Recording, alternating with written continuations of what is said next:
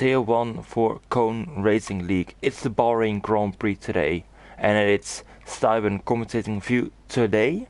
I'm the only commentating for you at the moment, as Jamie/Indigo will join me very soon. But for the moment I'm here on my own. Hopefully everyone is doing well, whoever is in the chat right now. Channel update. Yes, I picked the right channel. As we're here for one-shot qualifying, actually, it's of course a sprint weekend as we're on board with Steiny in the house right now. As now we're on board with Wouter, the champion of Tier 1 here. Let me quickly get the delta up here. It's of course a sprint weekend here around the Bahrain GP here. As now Liam has taken the lead right here. Of course, the one shot is very different compared to an 80-minute short qualifying session. The pressure will be really on the drivers to get as high up on the grid. With Liam and Wouter scobbling for that P1. With Seep unfortunately down there at the bottom with Pyro and Rotation and Harvey here. But it looks to be quite a good lap there for Liam at the moment. Close battle with him and Wouter for this pole position for the sprint race. And he's at 6.1 middle sector here, as he's trying to complete a very good final sector to get that pole position for sprint race. The sprint race will be top 6 to get points only, and of course that will set the grid for the let's say feature race, which will be 29 laps around this Bahrain circuit. And it's indeed Wouter taking pole position with a 27.8, about half a tenth ahead of Liam, and who's ahead of Isat Kush by about 20 thousandths here. So quite a good lap there for Wouter. Hopefully my audio is not too loud here. Let me quickly just talk it down slightly. For myself at least. If the audio is too loud, let me know so I can change it. But as you can see, we've got Wouter on pole ahead of Liam, who's ahead of Isat Kush, Peace in P4, Ferg in P5, Leroy in P6, quite a decent lap for him, Steiny in P7 with Nathan in P8. Qualifying sessions, previous qualifying sessions used to be better for him, but I know Nathan will make it up. Leo in P9, Jeroen in P10, quite low for him as well. T-Griff P11, Philosophia Ayub in P12, AJ in P13, Evans 14th, Harvey 15th, Voici 16th, Bompy 16th, 17th, sorry, Rotation 18th, I'm pretty sure, Seep in 20th, and then Pyro in P19. That will set the grid for this sprint race here. The sprint race will be around, I reckon, 9 to 10 laps, and most drivers will start on the soft tires here.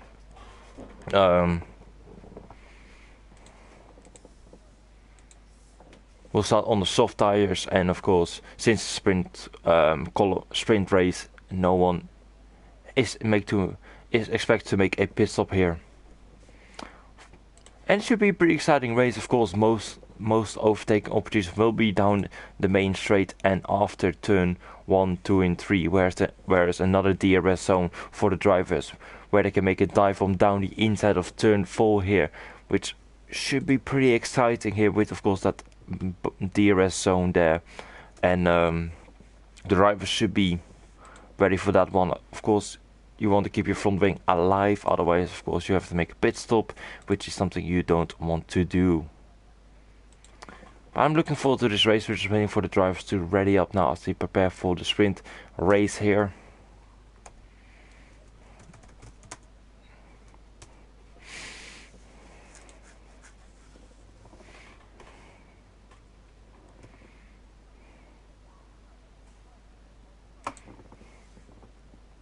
Just waiting up for the start of the Grand Prix here.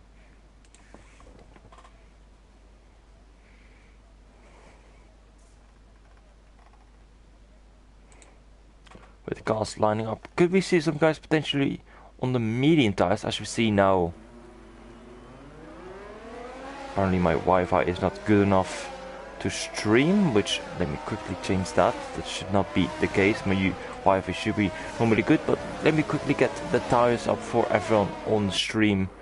As we see, everyone on the medium tires actually, quite surprised to me, apart from Isat Kush and Veloce Ayub, who both decided to go on the soft tires, so they're going to be looking forward to gaining some positions from at the start here, and then having to defend afterwards, because of course the soft tires will degrade quicker than the medium tires. So see rotation spin in the background here. I'd say not an ideal way to warm up your tires, since of course it will give you more tire wear here. Interestingly, Wouter is really going for it on this formation lap here, really warming up the tires here. Same for Isatku, who's quickly just letting Bees, who's actually overtaken Liam here, through here, so quite interesting at the moment.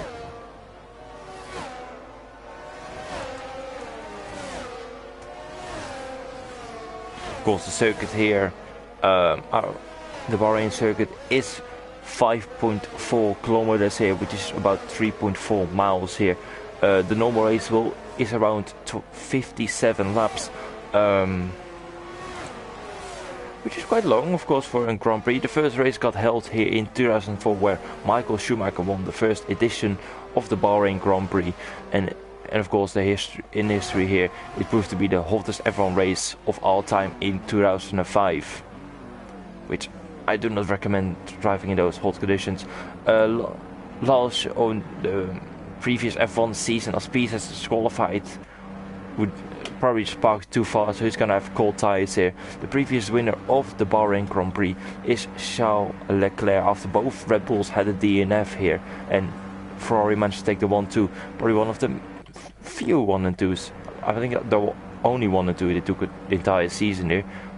On the grid now for Red Bull, Nathan is disqualified, so is Jeroen, so they're gonna have cold tires here as we're waiting for Pyro to line up now. Very late park here.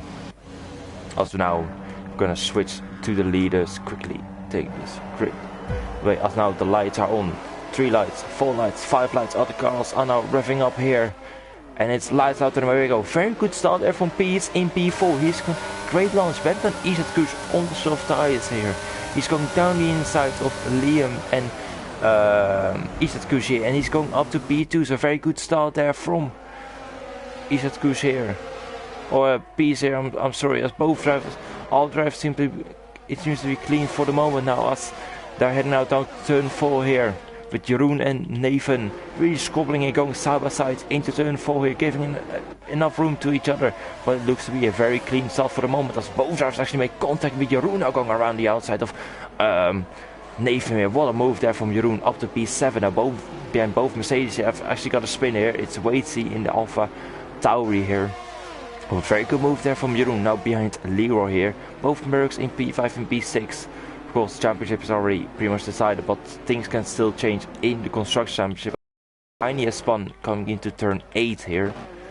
Unfortunately, he's now behind Waits here, so unfortunately for the Haas driver. Not only Haas driver to get demoted down, it looks like. Shame for Mick Schumacher. It's actually Bonepie spun here, and we've got a Alpha Tauri with no front wing. Looks to be C with no front wing, so they must make contact here. Bonepie bottling it once again, just like last year. As now Wouters kept the lead there from Isat Kush, using the soft tires, completely missing that move there. But Isat Kush using the soft tires to full effect here, and now getting past Wouter here and taking the lead at the moment here. Really aggressive defending here from Isat Kush, but he's taking the lead, and Wouters has to let him go. Unfortunately, so that we'll see Isat Kush in the Haas take the lead for the moment, and Piet is following in the Aston Martin as well, so he's looking quite dangerous with a good start here. So, and Liam also is following here. Can he follow the race tempo from the cars ahead? You saw in Hungary and in Abu Dhabi that he doesn't have the race compared to the top guys here. Same for Ferg, who's also on the DRS train. Probably going to be seen in the race as well. Quite a there's a massive DRS strain here. Because now Liam is going side by side, it seems like, with... oh no, he's just going to the left of the track here. See, don't know why he did that, but fair enough. But he's still in P4, so it's quite a decent start for him as well, just trying to keep position. Of course, top 6 will get points as Izetkush goes a bit wide there, which will give Wouter some sort of opportunity going into lap 3 here. But of course, the top 6 will only score points in the sprint race, since most of the points, of course, will be scored in the feature race. So I think guys are going to be quite safe here in the sprint race, just trying to keep position here and fight later on, of course, in the feature race. As Izetkush leads lap 3 here in the Haas, he's gonna want to use those soft tires to full effect for the moment and pull away from Wout here, as his soft tires will start to degrade going into lap 6 and 7, where of course the medium tires will start to be in a better window here. Of course, the guys who picked up damage are just gonna have to stick with it and gonna be at the back, because of course most of the guys will just take it somewhat safe here and just go for it. As Jeroen is really close to the back of Leroy here. Leroy, as you've got a spin here, it looks to be AJ. AJ is unfortunately spun here. A very dangerous turn that probably spun a bit on the exit there, as Waits is also spun, did the exact same as AJ here. Quite unfortunate for him, really.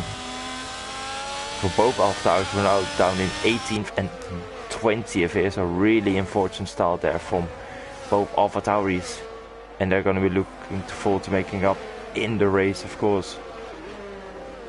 As now Izetkush can't really pull away from Wout here. Of course, DRS is enabled now, so it's going to be very difficult for Izetkush to pull away from him, since Wouter is in a 1 second window. But then again, Wouter is being followed by Peace here, so Wouter can't really make a dive bomb or something. He's gonna have to be patient and not risk it, otherwise Peace will get past. So he's gonna have to line this move up perfectly and save up his ERS. As we see AJ coming into the pits, probably picked up some damage after hitting the wall, so he will be in the battle around P90 and P20 here. As all the cars are now making it into sector 2 now. See, we're gonna quickly check the ERS here. Izetkush has used a bit more, trying to pull away from Wouter here. You see, Wouter is really good at ERS management and is now up to 70%, whilst Izetkush has out 40% here. So advantage Wouter, and Peace is ready to pounce as well whenever Wouter makes a mistake. That's of course very unlikely, but Peace is now already in the mirror whenever one of the drivers make a mistake here. And Liam is trying to follow here. He's got a bit less ERS, about the same as Izetkush here, but he is still within that 1 second window, which is so crucial here, since it just can gain you so much time. Obviously now position gains here. Rotation is the one who gained the most positions here by gaining 5 positions from P18 up to P13. So it will seem that the sprint race method does actually work, as we've got a Waitsy spinning once again, unfortunately, in turn 11 that is. So he's going to be in the battle for around the Aston Martin, the Ferrari and the other AlphaTauri. So he's going to be aware of that. If you get the gap up to each other now, we see with Izetkush actually being overtaken now by Wouter here. So Wouter is going to move into completely miss that. Apologies for that one. But Izetkush's tires looks to be falling off quite a bit, as we got Steiny battling with Pyro here. But Wouter's taking the lead on the medium tires. What can Izetkush now do in the soft? Because he's the one following, as Waitsy is retired in the pits. Here, so there will be no safety car. But what can Izetkush now do on those soft tires? It's going to be a difficult one, since his tires will start to fall off, and this is a good opportunity for Wouter to pull away. He used a bit of his ERS there to get past here, and Peace has got the most ERS of the top 4 here, as Fergus got 16%, Leo has got 8%, Jeroen has got 11%, so Peace in a quite good window here. As Izetkush goes wide again, should be track limit here. he seems to be struggling in terms of pace a bit, so Peace is looking to get past quite quickly here, try to follow Wouter here, both relentless drivers here. I've got the wrong setup on, totally undrivable, unfortunate for you Waitsy, but of course you can now check the battle here as now Liam is trying to go around the outside of Isatkush and Peace as Peace is going down the inside of Isatkush, both drivers going side by side with each other now, but it's just about kept the position here. Isatkush really well done, really defended well here, and he's still in the DRS of Wouter here. I think Wouter is just saving up his ERS a little bit as Tigre has spun after on the exit of turn 3 here, so he's dropped from P10 to P13 and actually lower down now, but the battle for the lead is very exciting right now with Wouter, Isatkush, Peace and Liam really going for it, and then Ferg, Leroy, Jeroen and Leo and Nathan. So it's a 9-way battle, if we're honest, for the 9-way battle for the lead pretty much, which is, you don't see that quite often here in league racing and real life in general. So pretty exciting battle right now, but I think Isatkush in a couple of laps will drop off from that P2 here. He took a risk and unfortunately has not quite paid off here, but he's still in the P2 position, which is still a very good position to be in, don't get me wrong, but there's still 4 laps to go after this one, which will see him drop some positions, I do presume here, as Peace is trying to line him up once again, enabling DRS here, following the Haas now on board with him, but it seems like Isatkush has got just a little bit more strain at speed than the Aston Martin here, so looks like Peace is just having some patience right here, just waiting to line him up, as Jeroen is get past Leroy now, so it looks like Leo is trying to get past Leroy as well here. They're just watching the battle happening right in front of us, but Jeroen up to P6 now, getting full positions is a very good start, having a very good overtake against Nathan here, and is now 3 positions ahead of him, so really good stuff there from Wouter. Jeroen, who didn't have the greatest qualifying session, but is making it up in the sprint race. Ball now with Ferg here, following the tempo here, just following the cars behind. Has used quite a bit of ERS. Same for Liam, who's pretty much ran out of his ERS, as his light is flashing right now, as you can see on the screen. The light flashing from there. Also, you got Ferg. Actually, we were talking about Ferg following the tempo. He's unfortunately spun there in turn 11 here, so he's completely lost all of his momentum now, and is now down to P11, and it's in the battle with rotation that promotes Leroy, Jeroen, Leo, all on one position, as the power was now spun and brought out the safety car. So this will spice things up. Who will make a pit stop here? As Veloce Ayub was on the soft, Nathan is going into the pits for the soft tires. Evans is going to stay out here. So really interesting. Ferg is also going to the pits by having sped in the pit lane here. I think everyone behind, everyone outside the top 10 is just going to pit. Because I think it's going to be a very short window here for the very short window for the safety car here. As I think realistically we're going to have 2 racing laps here. Well, then again, it must go in this lap, so I think it will be a last lap shootout here. Very interesting scenario right there. I'm not really sure why the safety car came out here, but it did, and now all the drivers will save up their ERS, save a bit of their tires, and this could be potentially good for Isatkush, since those soft tires are starting to go off now, and he will have less laps to defend against Peace here, so not ideal what Peace wanted, but good for Isatkush, who now can potentially have one last attack against Wouter here, if he has the grip left to attack.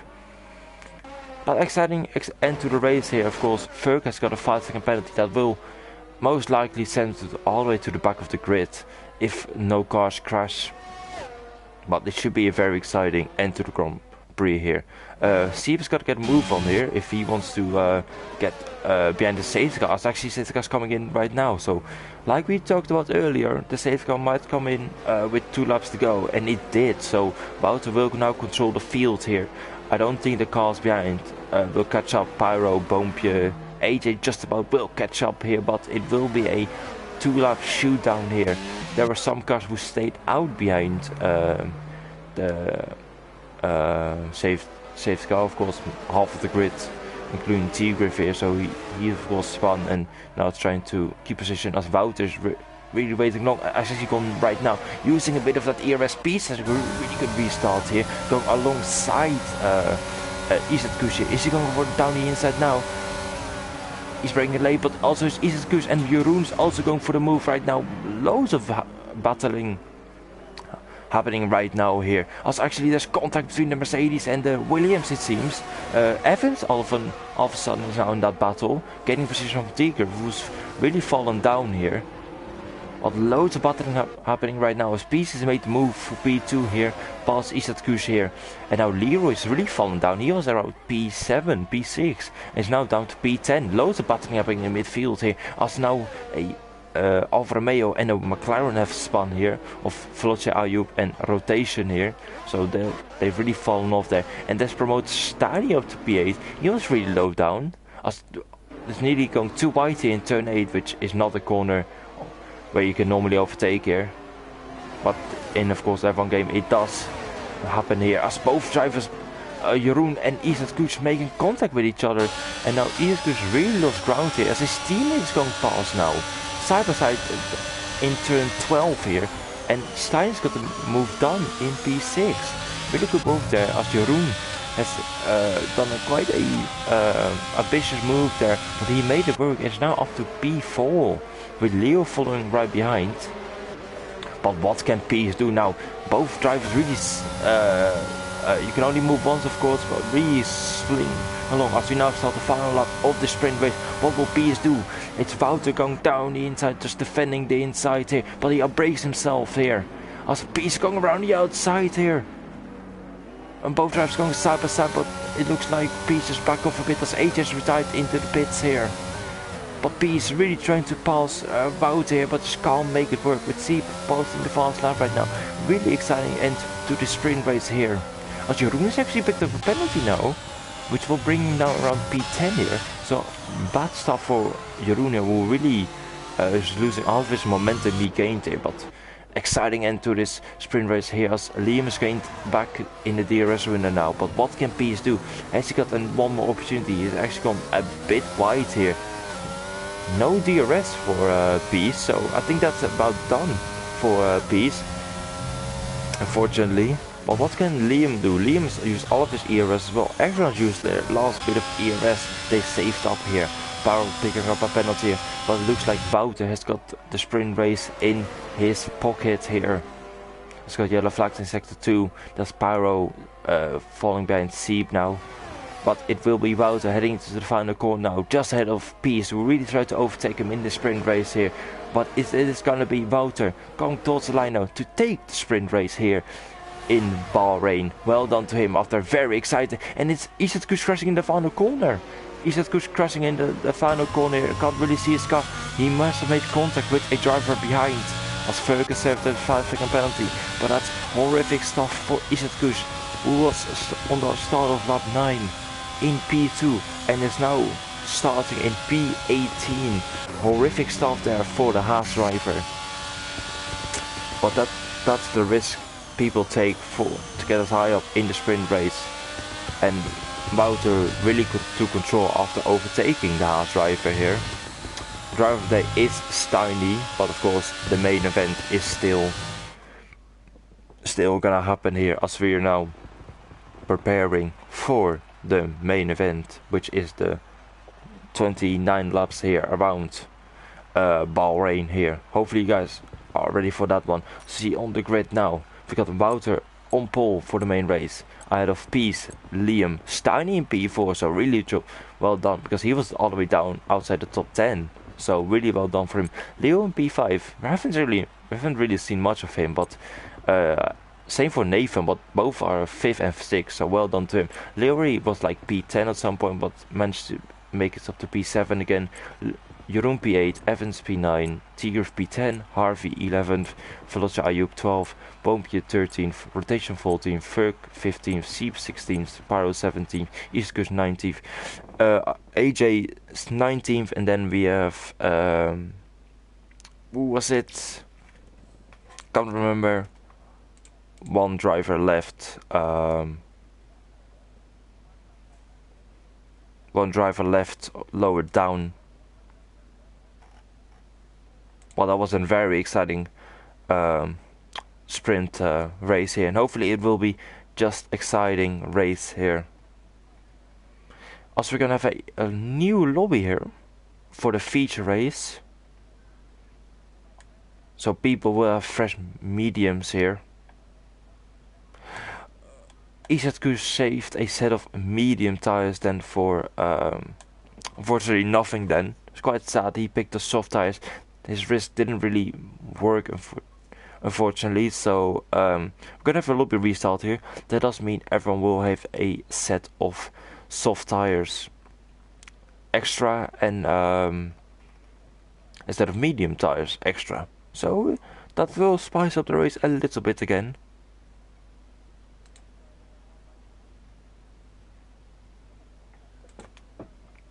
So now we're just gonna wait and take a quick drink. As of course nothing is happening at the moment, we're just waiting for an invite, and I can't close the game, otherwise the stream will end, which I don't want to do for you guys.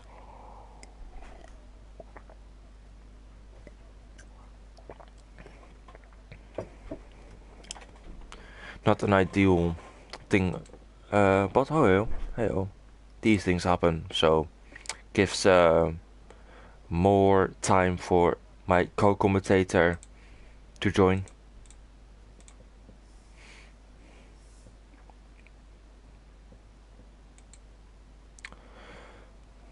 Lobby, there will be a lobby restart due to a potential glitch and someone being disconnected from the lobby, so more details will be announced after the race, so I'm not sure what that's about, but I'll leave that to the head admins to explain it. But we're only gonna have the feature race left, and we're only gonna have 19 drivers on the grid, but I won't talk about it much afterwards. We're gonna focus on the race and the drivers who are racing at the moment.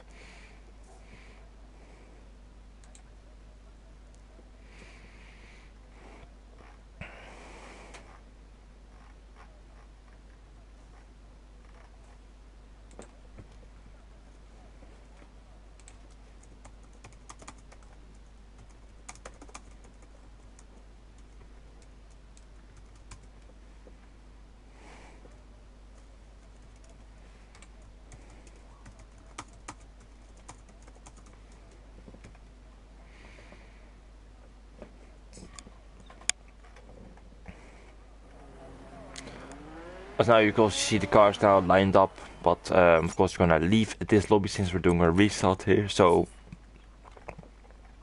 let me quickly go to the menu and then talk more about the sprint race.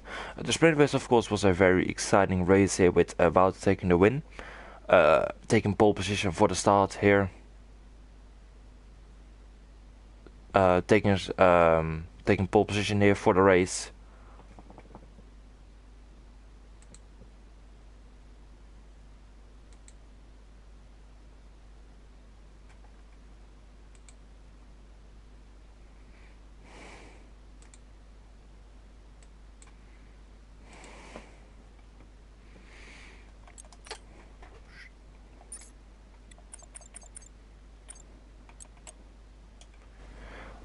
Just gonna quickly click on the PlayStation menu. Also, of course, I don't want copyright. I'm not sure if it's copyright. I'm not even know. So I wanna avoid that and don't want the Cone stream or the Cone channel taken down, which would be the worst thing to happen. Quickly check the lobby. Talking a bit more about the sprint race here. Some guys unfortunately picked the wrong setup, like Wade seam, so it's pretty undrivable. But um, there will be a restart so he can pick the right setup, and then yeah.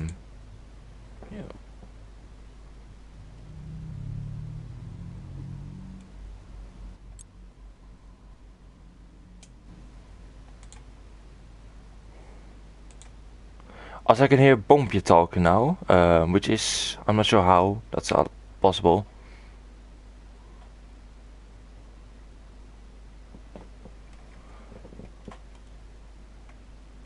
I'm not sure how that happened, but hey oh.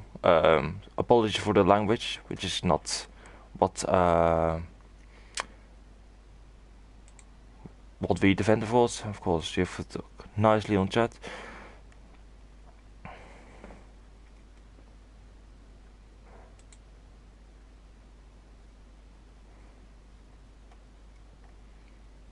But as we're just waiting for the start of the new race here, 29 laps indeed. It will most likely be a one-stop race here.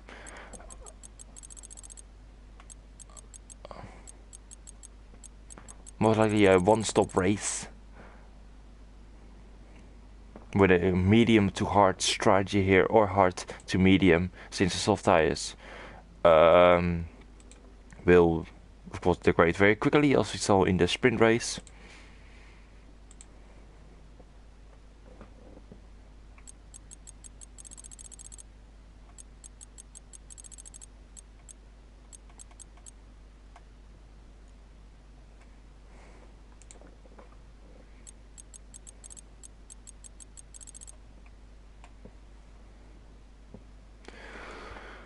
Um,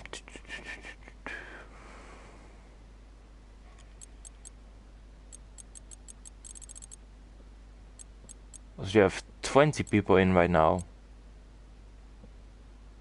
for the start of this race. Only Ferg and Tigers have to select their cars now.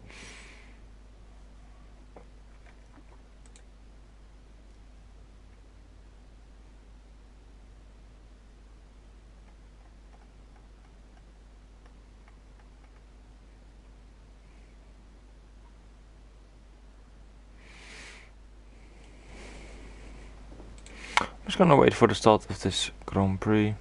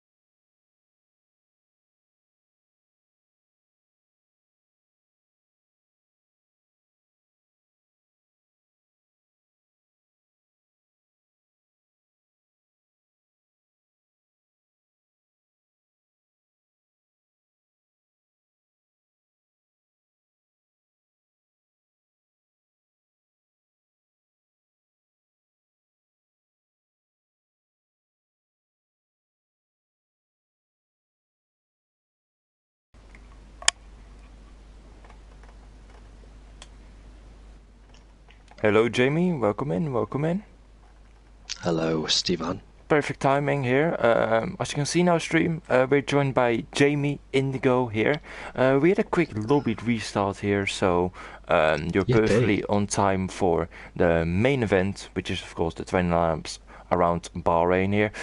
How did Tier 2 go? It was a brilliant race, mate. You should go watch it back. And there's so many battles everywhere, a lot of different strategies as well, which you might see here in this Tier 1 race, and a lot of overtakes, a lot of action, as you expect around Bahrain. And I can't wait for Tier 1. Tier 2 hype me up, and I'm ready for Tier 1. Exactly. If you're watching the stream, make sure to watch the Tier 2 stream back as well, since there was a four-way title battle, which the gap was around 9 points, I reckon, between the top four or something. I'm not really sure, but it looked very exciting, and I'm for sure I'm gonna be checking out after this stream here. But now we're gonna focus on the main event, which is Tier 1 here. We of course had a sprint race here. Go on, Jamie, what do you want to say? Waltzy just puts to the chat, he says he's got the wrong setup, but Waltzy, you could put on a brand new setup now because we've had a lobby restart. So for those drivers who have put on a wrong setup or haven't changed the tyre temperatures or whatever, this is your second chance to put on that setup you want. So if you're watching Waltzy, make sure you do that, because no one will know. You can do it. He did post a message about it in the stream here, that they put the wrong setup on, which is quite unfortunate. Most have probably done the same, and that sucks, of course, because if you just use a wrong setup, then you can't adapt. You're pretty much screwed indeed, like Jamie just said. You can't really adapt to the circuit as well, but since there was a restart, you can now pick your right setup, and of course people reminded him of it, so that's good. So we're just waiting for the lobby to load in. Don't have to worry about a rain or something, since we're in the desert here, so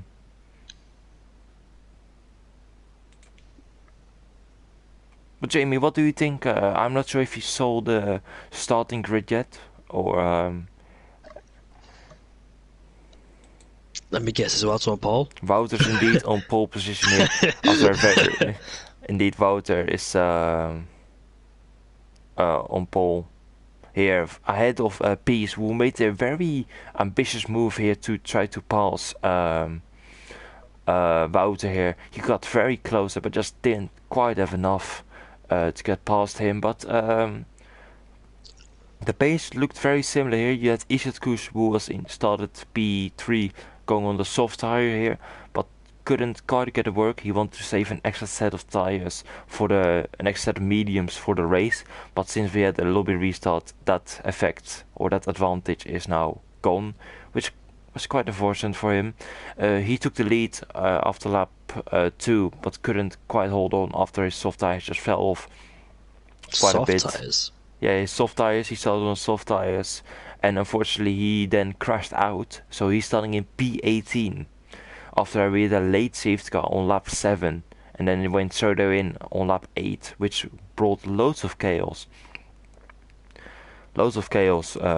On the safety car restart here, and which meant like loads of drivers dropped down, and Jeroen picked up a late penalty, a 3-second penalty, which pulled him down from like P4 to P10. So P8 actually, as we're now seeing here. You can now see the grid lining up, as now all the drivers are now getting away on the formation lap here.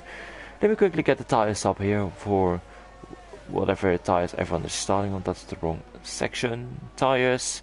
Everyone's starting appearance on the hard tires, apart from Steiny and Leo, as Wouter's going for a half spin here. Lovely way to warm up your tires.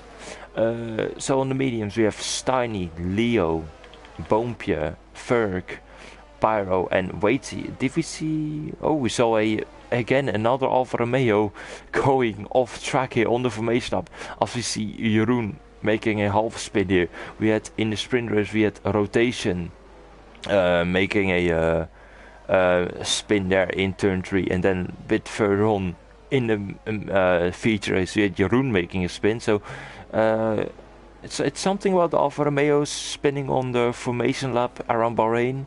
I don't know what it is exactly, but yeah, not an ideal way to prepare for the race. So the usual hard starters then. The strategy is hard to mediums or mediums to hards, but drivers do start the hard tyres to get that hard tyre out of the way, because it does take time to get a heat cycle through them if you do start the mediums towards the hards. But obviously some people start the medium tyres further below to get that extra advantage on the hard runners, and because they're further down, they've got nothing more to lose, so they want to start the hard mediums to try and get a different strategy. But Stanley and Leo on the mediums and P4 and P5, so they've got to watch out for them early start. And look at Walter then already on the grid as the guys behind are forming their way up as well. So it's going to be an interesting 29 lap race, and I can't wait to see what happens. We had a few soft runners in Tier 2, I think there were 3 of them, but they had an early safety car, and some of them got off those soft compound tyres. So I don't expect the softs to be used unless there's a late safety car, and Stevan, you can take away the start of the grid. Thank you, Jamie, for the quick information here. As now all the cars are now pretty much starting to line up to the grid here. As we had about 4 disqualifications on the for wrong parking. FC already won with Nathan being parked just too far, and same for rotation now. So, but a bit less than the main event or the feature sprint race. So. But we're about to find out. The start of this Grand Prix apparently says lap 2, never mind. So now the cars are now lining up with 2 lights, 3 lights, 4 lights and 5 lights. And it's lights out, and away we go. Good start there from Peace once again, as he hit in the sprint race here, and he's about to take the lead from Wouter. No, he doesn't, unfortunately, as loads of battlings happening now into turn 1. Wrong camera angle right here. As we see Peace now trying to get past Wouter, just couldn't make it work here, but now him being side by side with Liam here. Very close battling, as we've seen Aston Martin spring. There's Harvey, unfortunately. Harvey having spun out there in turn 2 here, and it's now Leo actually going side by side with Liam and making the move work. Liam on the hard tires just doesn't have the grip at the moment, and Leo is taking advantage of those medium tires. As we see now, Steiny, who started in P4, now down in P20. So really unfortunate, he even started on the medium tire, so that's a huge disappointment for Steiny here in the Haas here. I see Jeroen has already made up 3 positions here after starting P8 here on the start here. Bombi has also gained quite a lot of positions, same for Ferg, who gained 5 and 6 positions, both have. So interesting start right there, but a clean start most importantly. And Liam then has went wide at turn 8 and is allowed Jeroen and Nathan to cut through. Just outbroke himself and went off the track, and Nathan and Jeroen were able to take advantage. At the start of the race, QRT Leroy cut the track. He was 3 abreast going into turn 1, but had to take advantage of that actually because there was no room literally, and he had to go off the track. Harvey Lees, he just lost traction coming out of turn number 3, lost it by himself, and unfortunately ended up in the gravel. He's going to fall down to P17, and whilst that's the fastest lap, we've got Jeroen then versus Nathan. These had a phenomenal battle in Imola with the Alpine, with Liam looking to take back places, and you saw something. Wouter and Peace. Yes, Wouter and Peace are very involved with Peace here, who used a bit of his eagerness to get past Wouter and indeed make the move work here. He used quite a bit of ERS and had a good exit from the last turn here and got past Wouter here. So this is going to be a very exciting battle here between both guys. Peace seems very quick today here, and Wouter's really got a challenge on his hands once again, despite him having dominated the championship here. It's going to be a very close battle between both drivers. And what can Leo do on those medium tires? He seems to be very close as well. And then of course Jeroen is always a danger here for every race he participates in.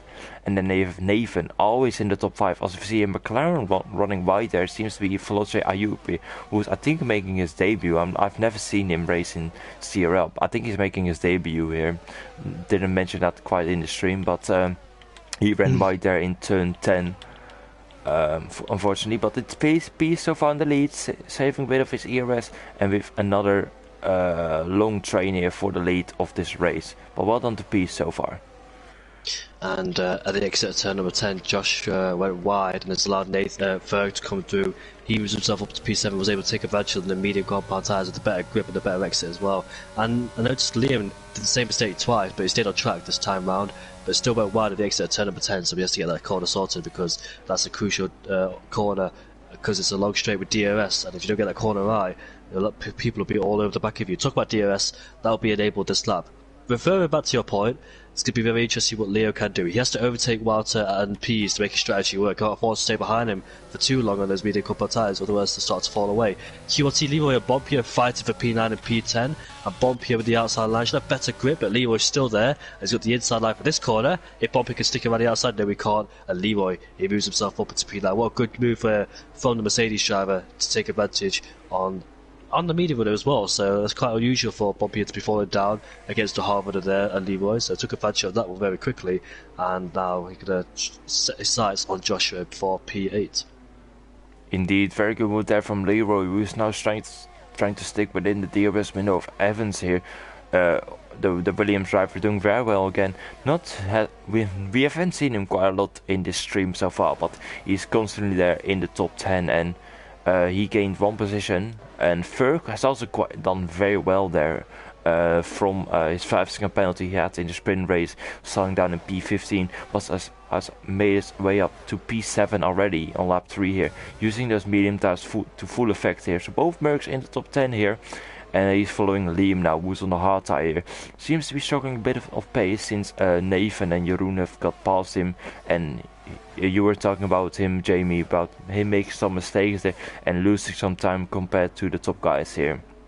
But very exciting so far. Also got AJ spinning in the middle sector here. Not been an ideal race for him at all. Same for the sprint race here. Just picking up some damage and then maybe some frustration kicking in and just cannot setting his proper pace here. As Jeroen seems to be getting very close to the back of Leo here. So are we seeing the crossover point between the mediums and the hards already? Which is quite early on, to be honest. You expect the mediums to last about 13 laps for like good pace here, and then normally around lap 6-7 you see really the hard tires getting a bit faster than the mediums here, but seems to be that the mediums are really quite struggling, as AJ is indeed retired now. A weekend or a race certificate really for AJ. Really unfortunate for him, but that's what happens if you drive for Ferrari. And if you did drive Ferrari, then you have a 1-2 in Bahrain in 2010, 1-2 in 2022, and a few wins in 2017 and 2018 here. So it's been a good track for Ferrari in Bahrain, but obviously not in 2019 when Leclerc had that engine problem. But yeah, what you referred to, I did see the medium runners in tier 2 did pit on lap 12 and 13. That's when you start to see the mediums start to fall off, but some of them went 19 laps on the set of mediums, so the tyre wear was quite good around here, despite it being a long circuit with a lot of corners, especially in the middle sector as well, and high speed corners, medium speed corners all over the place. And Ferg looking to make a move down the inside of Liam, who is struggling to recharge his battery. So is Ferg, by the way, because they use the batteries a lot. Isla Kush has got past Bompier, he moves himself up to P10, and now he's got Veloci AUB right behind him too. Yeah, back to what you were saying, I haven't seen Veloci AUB in this league. He's going to go down the inside of Bompier, and I think he's half spun the car. I think he tapped him, and he saves the car using his brakes as well. ABS helping to save his car. Unfortunately there, he has fallen, he stayed in P12, but he's lost a lot of time to the guys ahead. So he tried to force a move down in Bompier, but hasn't worked out so far. I've spoken to Bompier, and he hasn't mentioned his teammate so far to me, so I think he is new. Indeed, and it's not an ideal start to make contact with your teammate here. Of course, the full-time seat is of course Maltic, but he unfortunately can't race today. So it's Ayoub's one to, so far, and making contact on your debut with your teammate is not an ideal way to start at all here. But going back now to the gaps between the drivers here. Let me quickly get the interval on here. It seems like Evans has lost DRS there as rotation has spun here. Evans unfortunately has lost DRS to Ferg here, who's on the medium tires, following Liam here. So it's currently a 6-way battle for the lead basically. But it seems that Evans is losing a bit of advantage. He doesn't have ERS left, as now it seems to be Leroy is starting to line him up now. Both on the hard tires here, so Evans of course a bit of a is good in qualifying, but seems to be struggling a bit in the race here. Normally compared to the other guys here, talking about Leroy, about lining up Evans here. He just made a slight mistake there, as you have yellow flags. I'm not sure what yellow flags are about. That's that Alpha Tire Steve going off the track to avoid everybody. Thank you. And Thank you, Jamie, for updating. Go on. Oh, Fergus spun at the exit of turn number 8. He's not the first driver to do that. We saw in Tier 2. And Waltzy's picked up a 10-second tyre penalty. That was actually Waltzy, sorry, not Sieb. Waltzy has been lapped, unfortunately, down to P19. And yeah, that's his race effectively done unless a safety car could come save his day. And they have to go through pit stops as well to just get that 10-second tyre penalty removed. But yeah, Ferg has spun, and now he's got Harvey Leeds right behind him. So yeah, I wonder if he just clipped the curb or probably got the outside curb and just lost the car.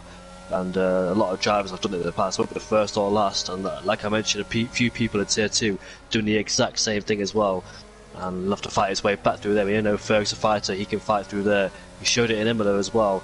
And Joshua, like you mentioned, is to be under massive pressure, and the Aston Martin, that's the AlphaTauri, of Sieb then making mistakes. So both AlphaTauris are having a horrendous race so far, as Pierce has the fastest lap of the race on the hard compound tyres. And going on to lap 7, Joshua is under big pressure from Leroy and co behind him, being a big DRS train. But on this occasion, Joshua weaving to get out of the slipstream and stays in P7 then, so he's been putting up a good defence, but might went a little bit deep into turn number 1, might give Leroy a big opportunity to try and overtake him into turn number 4 if he could get a decent exit, and he's right behind him then, so can he get that toe on slipstream all the way up into turn number 4? No, he doesn't. Look to think about it, but doesn't do it, and Leo has spun. And that's it for him, unfortunately. Not it, but that's his strategy ruined because he was hoping to take advantage of those hard runners. And unfortunately there, has spun. Indeed, he has. He's now down to P11 behind Ayub here. He was up in P3 here, but it's quite unfortunate here. And it's going to be tough to make it up since it's about the crossover point, I reckon, between the hards and the mediums here. So he's going to have to fight his way back up here. But with Evan struggling in P6, being 3 seconds behind Liam, who's lost DRS to Nathan here, it still gives him an opportunity to finish in the top 6 here, as he's got past Ayub here, who's about 2 seconds behind Bompy here, just about clinging on to the DRS window of Isat Kush here. As now indeed Liam has lost DRS in Nathan, just about keeping in the DRS window of the cars ahead here, as Pete is still on the lead in the Aston Martin here. Hasn't really lost a lot of hasn't really been challenged quite a lot, as Jeroen set fast lap with a 31.5 I think it was here. But it seems like it's gonna be another 4-way battle with as we see the AI car now, Sieb now, both AlphaTauris, like you mentioned, Jamie, having a disaster of a race here, same in the sprint race. Just sucks for them, but hopefully they can do better next season, as now Sieb's car is now pulled over. But it's been quite comfortable for Speed at the moment, but you can never say comfortable and Wouter isn't both those names in the same conversation, since Wouter's gonna try his best to win the race, of course, being the Tier 1 champion. Yeah, indeed, Pease has always had an amazing pace, and he's showing it today, trying to keep Wouter behind, and Jeroen, the two Dutchmen who are very, very quick. And as just seen, I think it's AOB who's got off the track there. Yeah, no, I think it was AOB. It was one of the super climbers who went off the track at turn number 10, but they got themselves going once again. And putting pressure on Leo there in P10 on the medium compound tyres. His tyres are not finished yet, but the peak performance will be gone very soon on those medium compound tyres. It's just unfortunate what happened to Leo. He was not able to take advantage of Wouter and P's on those mediums there. He was just stuck behind him. There's no way getting through him without trying to force it down the inside. I tried to surprise one of them, but yeah, we'll see what he could do from there. P10 not ideal as well, because he's going to go on the hard compound tyres, which takes a little bit of time to warm up as well. Going to put them through a heat cycle, but Wouter is right behind Pease as we head down into turn 1. I love it when Jeroen, Wouter and Pease get together, because we've seen amazing fights with these three 2 seasons ago as well, when we saw them side by side in Portugal. Portugal was one of the best races for Pease. Unfortunately, they made contact with Jeroen, I think, towards the last stages of the race, otherwise could have gone to win it. But every time these three get together, it's just always been fascinating to watch. I know Jeroen hasn't picked up a win this season, but he's looking to get his first one here, maybe in Bahrain. We did say to Jeroen and Wouter that we're doing podium interviews, so we could see them both up here for tonight, as Leo and Bompier are fighting once again, and we've got AUB right behind on the hard compound tyres. Leo gets a much better exit, but they go side by side coming through turn number 10, and he goes off the track, does Leo. That's not the second time he's done that, actually. Same And for the Bompier. Bompier goes, yeah, Bompier's done it again. Same for Bompier. Unfortunately, both 3 drivers battling for P9 at the moment. They're not really helping themselves as they're just losing so much time to the car ahead, which is Leroy here. You can clearly see they're starting to be trains of their own, as Evans, of course, now in P6 in a DRS train together with Isat Kush and Leroy. And then you have Nathan. Oh, he's actually back in the DRS window of Jeroen here. And then you have Liam just in between those guys. So a really opposite race compared to the sprint race, where of course it was a 9-way train from 1st to 9th, which is you don't see quite often. As you now be Bompier, the battle still goes on the main straight with now Veloce going on the outside, but Leo defending quite hard but fair at the same time. As both McLaren's making contact now, Ayub going off track here. Bompier trying to get past his teammate once again, but it seems like Leo has found some pace once again and has got past both drivers, but both McLarens are not done battling for the moment. And this gives an opportunity for Ferg to catch up again, and Tiger potentially in the DRS as well. So this will turn into a 5-way battle for P10, as Leo is now pulled once again clear of Ayub here. So both of the McLarens are not really doing them any favors at all, as they're battling very hard against each other. And Harvey Lee's looking for a cover drive because he did spin at the very start of the race, and now he's into P14. You can see the top in the 10th place within his grasp there, but he's still got 5 cars in between him. Try and do that with the DRS train, it's going to be very hard. However, Isa Kush is putting pressure on Joshua, and if he can keep this close on the straight, I dare say he would get ahead of him. But because Joshua there is losing time, he's losing the ERS as well, so it could be a sitting duck down the straight. Once we get on it, there we go, then to lap 11 for these drivers then. And let's see if Isa Kush can make a move going down into turn number 1 with the help of the DRS, uses ERS as well, and they're both lacking it. But we're going down into turn number 1. Isa Kush has the inside line into turn number 1. Does he outbrake himself? No, he doesn't. And he makes his way up into turn number 2, turn number 3 into 6th place with the help of DRS as well for good measure to keep himself ahead of Joshua without any threat. Leroy is next to try and get Joshua into turn number 4, but doesn't quite do so on that occasion. And both McLarens are still putting up a fight again, as Ferg has actually overtaken Bompier. He moves himself up into P11 ahead of the McLaren drivers, so Bompier unfortunately going backwards on those medium compound tyres. And Ferg up into P11, and T. Griffiths next to try and get Bompier for P12. Very nice move there from Isat Kush. You saw on the exit of turn 2, Evans really losing the car there, and I think there's a little bit on the curve there. But what can Isat Kush now do compared to the guys in the top 5? He's already gained 12 positions in 11 laps, which is really impressive there from him, and hopefully he can carry on that momentum now into the top 5. You have Liam who's in between the top 4, and then the battle for 6 at the moment. So can Isat Kush get close to Liam and pull Evans and Leroy towards those leading pack here? It's going to be very interesting here. You mentioned as well Ferg getting past Bompier. Bompier's struggling a bit of pace. He's on the medium tires compared to Ferg as well on the mediums here, so Bompier just can't get the medium tires to work here. Bottle job he is. But Ferg now is ready to get past Ayub here potentially. Was in the top 10 for his first CRL race here behind Leo, who just can't get once again clear of Ayub here, but hopefully, let me quickly get the interval. He's about 3 seconds behind Leroy. He's just losing so much time without DRS. I think you can lose about half a second to 6/10, I think, potentially without DRS, which is absurd, because you can't make that time up in the corners, since of course DRS is so powerful around the track, since you have I think 3 DRS zones, one on the main straight, after turn 3 you have a DRS zone, and then in turn 10 where the leading cars are right now.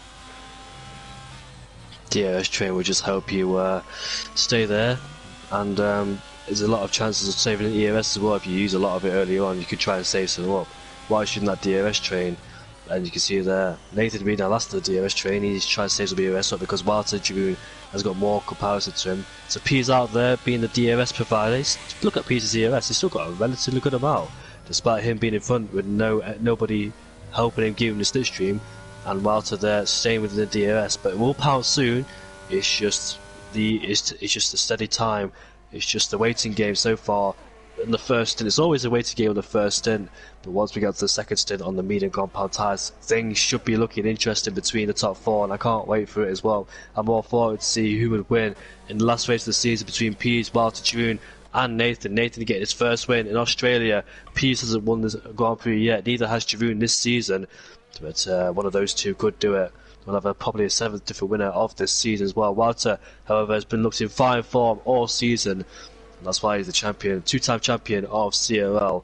Looking to end the season in style as well, and send a message to the rest of the grid next season as well. Indeed, indeed. You see a couple of guys who started on the medium tyres have now pitted, which are Leo and Ferg. So they've gone for the undercut against Ayub there, and potentially Leroy, who's lost DRS to Evans, and likewise Evans has lost DRS to CRC here. So both seems to be just struggling in terms of pace here to catch up to the cars ahead, and just can't seem to match the pace here, which is quite unfortunate for them. Of course, Bahrain is not an easy circuit at all. Likewise with pretty much every circuit here, but CRC is now clear. You can now save up his ERS a bit, and now try to catch up to Liam here, who is also in no man's land. But actually, I think he's actually starting to close the gap a bit here. The gap was about 2 seconds here, and now the gap is down to 1.4, 1.5 seconds here. So could Liam come in the scrap for the battle for the lead here, as Wouter getting very close to the back of Pease here. Pease was very comfortable at the moment, having 75% ERS here, and Wouter half of that.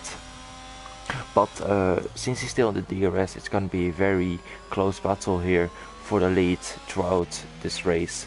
But what can Liam do? Can Liam catch up to the one DRS window, or will he just stick within this window here? We're about to find out.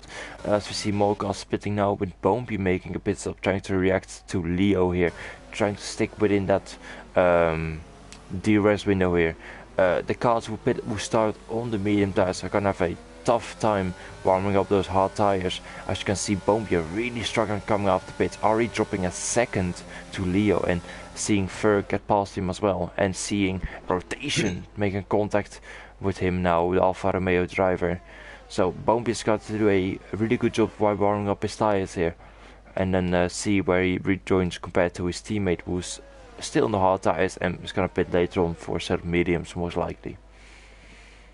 That's why the Ulster strategy is much better, because once you got the medium compound tyres, it doesn't take long to warm up, and obviously on the hard compound tyres, which you warm up on the formation lap and have the first lap as well to try and get your way around. And I've seen it in tier 2, some of the guys went on the mediums to hards, and they suffered really badly. They lost about 2 seconds in one lap trying to get the tyres warmed up, but you can see there, I just looked at the gap, it's super close between Walter and Jeroen. It was about Walter and Pease was about 0.8. When I looked at 0.08 when I looked at it, and it's back to 3/10. I thought he made a move into turn number 1, but he stays behind for the time being. Harvey leads, however, in the Aston Martin, goes into P10 ahead of De Griff, then moves ahead of the Red Bull driver. Harvey leads, he doesn't race much nowadays because obviously he's got other stuff going on, but he's still got some really decent pace. It's really nice to see as well. He doesn't do a lot of practice either, but he's still got that natural pace he's got in his hands, and yeah, he does make a few mistakes, but obviously this game is very hard, and making mistakes around any track on this game is super easy. Still, doing a fantastic job into P10, and that spin he did on the first lap hasn't phased him, and he's just managed to recover from there, and he's got himself into the top 10. Good job for him in P10. I've noticed Liam then has closed the gap down quite a lot. The gap was 1.5 the last lap, that was 1.1. Can he find himself in this DRS train, make it a 5-way fight for P1? I wonder, will Liam, being last in this train, or almost last, well, outside of it, just outside of it, made a mistake there, going out turn number 13, hopefully hasn't cost him too much time, and that is Ferg, who's gone for a spin at turn number 8. Not the first driver to do that as well, because Cole Paradox did the same thing at the exit of turn 8 and unfortunately lost his wheel, but Ferg, I don't think he hit the barrier. I think he's good for the time being. I haven't seen him yet. But will Liam think about doing an undercut on these top 4 ahead? Because CRC is the first man to pit on the hards, followed by Joshua. Indeed, you see the first hard runners making the pit stop now, going for 13 laps on the medium tires here. Funny you mentioned, you of course said this game being very hard there, and I totally agree with that. It's very difficult to get the throttle right and making sure you don't spin on the exit, which gear you use during a certain corner. It's a very tough thing to get right here, and of course everyone has their own priorities in his life, so we have to remember that this is just a game, and people want to prepare well for a race of course, but it's just very tough to find time, since it's very time consuming at the same time. I think you can agree with that as well, as Fergus unfortunately retired now, having made a pit stop already and then unfortunately spun. So he'll be off for retirement. But everyone's very time consuming as well. You want to do as well on track as well, but off track and after gaming, as Liam has made a mistake and we managed to cut that on stream, he's lost about 2 seconds here. So all the time he gained, Liam, he's now lost to Nathan, and he's about 6 seconds ahead of Liam here. So everyone's very time consuming. It's very tough to get right, and drivers seem to be making quite a lot of mistakes, and it's very difficult to get right, like Liam did. As CFP is now making a pit stop here. Jeroen setting fast lap with pretty much very old tires here, so very impressive lap there, a 31.4 there, as now Peace is the first of the leaders to pit in this window here. But what can Jeroen and Wout do now? How will Peace's tires respond, as both Aston Martin's making a pit stop here? Same for T-Griff here. Will he jump Harvey now? We're about to find out.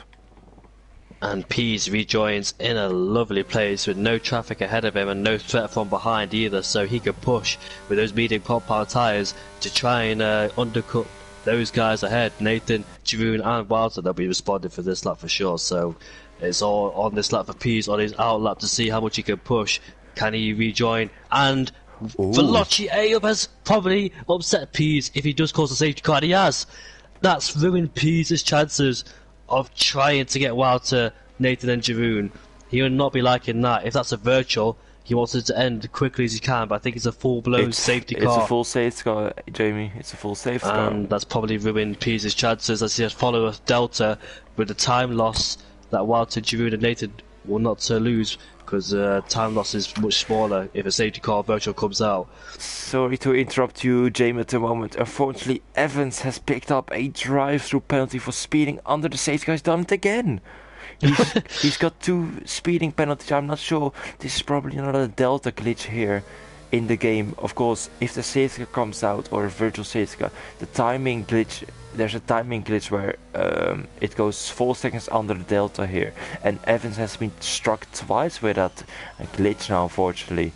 So he's gonna have to make 2 drive-through penalties after the safety car has come in, so that has ruined his race. But now an easy call for the top 4 is to make a pit stop here. But this is literally worst timing for Peace, who literally made a pit stop, and then 1 sector later he saw the safety car come out. So that's really unfortunate here. He has jumped Liam, so he's now down to P4, but of course being in a professional lead and now down to P4 is really unfortunate for him. Oh, you don't know the script of this race. You don't know when people are going to crash out, cause safety cars. It's just massive bad luck for him, for P's unfortunately. P1 to P4 in the space of like a few corners, thanks to Veloci AUB's crash, and obviously he didn't do it on purpose, but it's just really bad timing for P's there. It's just like some people's luck. I know when I've had it as well, like as soon as I pit, safety car comes out, it's just my luck in it. That's like, you can't help it. It's just other people you gotta be aware about as well. You gotta be very worried about what other people might do, because that's one big thing you always fear. Once you come out of the pits, you always fear like if anybody causes a safety car, anybody might crash or something like that. Another big thing you fear.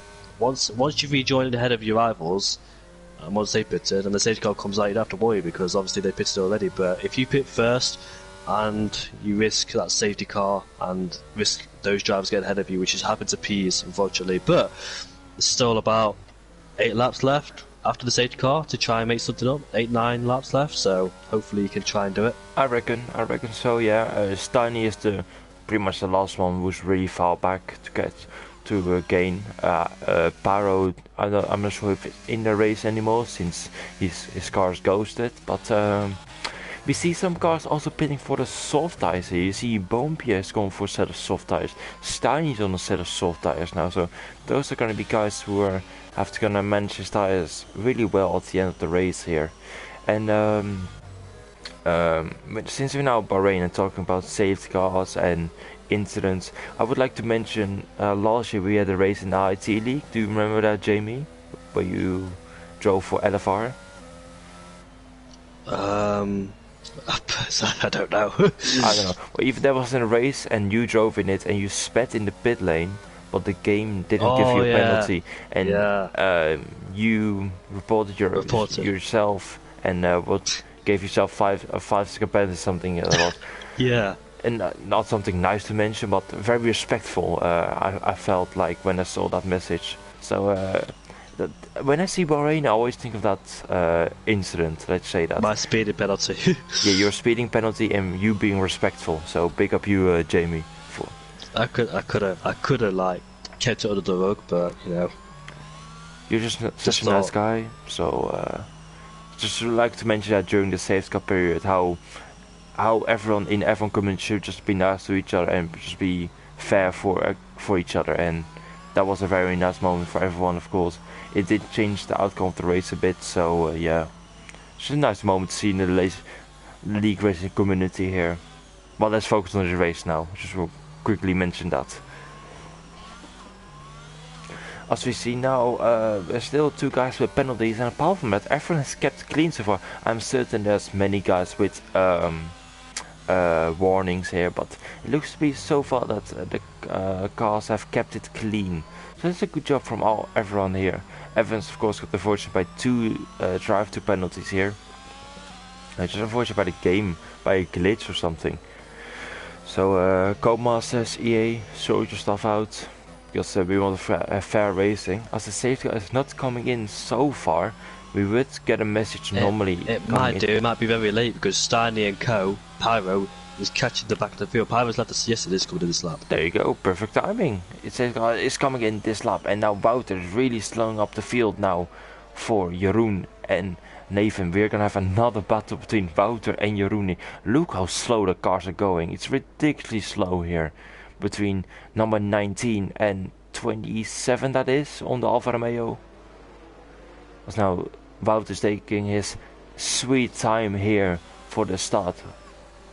Whenever he's gonna go here, as Bompje spun in the final turn, as now Wouter has gone, really caught Jeroen off guard here, as Nathan is now side by side with Jeroen here, but can't make a move work. He's actually going down the outside here, but Jeroen has got the inside line defending here, as Liam and Izetkoes are going 3 wide into turn 2, and spinning out is Izetkoes. Unfortunately, the second spin he has in this race weekend, which promotes Liam up to P4 here. Quite an unfortunate moment, but 3 wide into turn 2 just doesn't work, and that sees P's down to P9. So horrific, just last couple of 5 laps really for P's here. You see now Harvey up to P6 here, and T-Riff in the top 10 as well. Haven't seen really much of him apart from a couple of spins, but he is still in the top 10. Leo is also on the top 10, who spun as well after being a P3, but he's done really well to find his way back up. Can he now catch up to the lead pack? Who knows, but he certainly has the pace. Yeah, safety car restart was incredible. We had 3 abreast going down into turn 1. Pease was in the middle, and I don't think he had anywhere to go. Isaac Kush tried it around the outside, but unfortunately he soon known that there was 2 cars on the inside that was never going to work out, and Liam there escaping damage free. He was the only one that survived that incident. He was up into P4, stays in P4, so he benefited from that as Pease and Isaac Kush fall down the order. And he's currently in P4 looking for a podium, and if he keeps in DRS this time round, he should be able to find himself getting that DRS on the top 3. trying to find himself on the podium. Leo has overtaken, or is about to anyways. He goes side by side to turn over to Griff, and Leo has got himself up there. But look at Pease on the outside. What a lovely move from Pease there. Wasn't even alongside it to turn number 1 and found some grip, and is able to make the move. And QRT Leroy is going side by side. He gets a switch back, does the Leroy. He gets a better exit as well. Can Liam stick him on the outside? No, he can't. So what happened to Liam then that caused that? Because obviously there's no DRS there to help Leroy. Maybe he couldn't use a lot of DRS as well to get past him because they're both on the same. So something must have happened to Liam coming out of turn number 3, which allowed Leroy to be all over the back of him and move himself up to P4. I talked about Leroy last race. He hasn't had the best of races in the last few, this season actually, and P4 has been his highest so far in this race. So let's see if he can try and get a podium, if he can keep it nice and clean, because I know he's having a hard time at this game, and most of us are as well. Yes. Yeah, but Liam then, that mistake has cost him, as podium might be going towards Leroy if he can keep in the DRS range and keep Liam behind. Harvey Lees is there too, don't discount him. If he gets a podium, wow, it's incredible. Indeed, indeed. I think Liam might be just a bit too ambitious here and just going on the throttle too quickly, which may cause your car to go half sideways, and then which sees then Leroy go past here. But Leroy, indeed, it will be an amazing result for him to get P4. He's still in the DRS battle for the lead here, as Jeroen and Wouter are leading that pack here.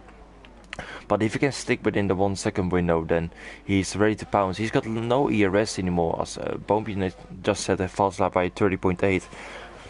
But if he can just stick within the 1 second window, and if Wouter and Jeroen or Nathan makes a mistake, then he is ready to pounce for that podium spot here. Same for Harvey, who's still in the DRS window. Same for Leo, who just can't seem to match the pace of the top 6 here, and just about falling outside the 1 second window. Peace is now trying to find his way back up after that incident between Isat Kush and Liam. But he's still got quite a lot of ERS, whilst the cars ahead, if you check, I've got 40%, 30%. Apart from Nathan and Wouter and Jeroen, they all have about 70%. But the cars lower than P4 all have lower than 40% ERS, so that could be a big advantage for Peace later on, as there's still 7 laps to go if you start lap 23. Bompy is still in the DRS window of Steiny. Steiny on the soft tires, 1 lap older than Bompy is. He's in the DRS window now of T-Griff, as the DRS should be enabled coming on this lap, I reckon.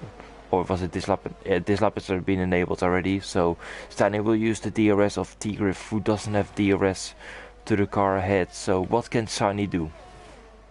And Jeroen Veza putting pressure on Wouter as he forces to go defensive on the inside. So if Jeroen can get a better exit, could have turn 2 and turn 3. He did have as well DRS all over the back of the Ferrari of Wouter, putting big pressure on him. But Jeroen stays behind for the time being. It's going to be a case of Jeroen just taking his sweet time, because he did get caught napping at the safety car restart, like you said, and Nathan was all over the back of him, but Jeroen stayed ahead of him, and there's a lot going down into turn number 1 as well, with those 3 going wide, going 3 wide, and all going into chaos there. But if Jeroen, if he stays behind and tries to save ERS and pounce on him in the last lap or 2, but Wouter might anticipate that too. He knows that Jeroen might not go for it as well, so he could save some ERS. But Jeroen there under pressure from Nathan as well, because Nathan's right behind him too. So big DRS chain from 1st to 8th. Unfortunately, Pease, our race leader from the first stint, is in P8 from P1 to P8 after the bad call from the safety car. Then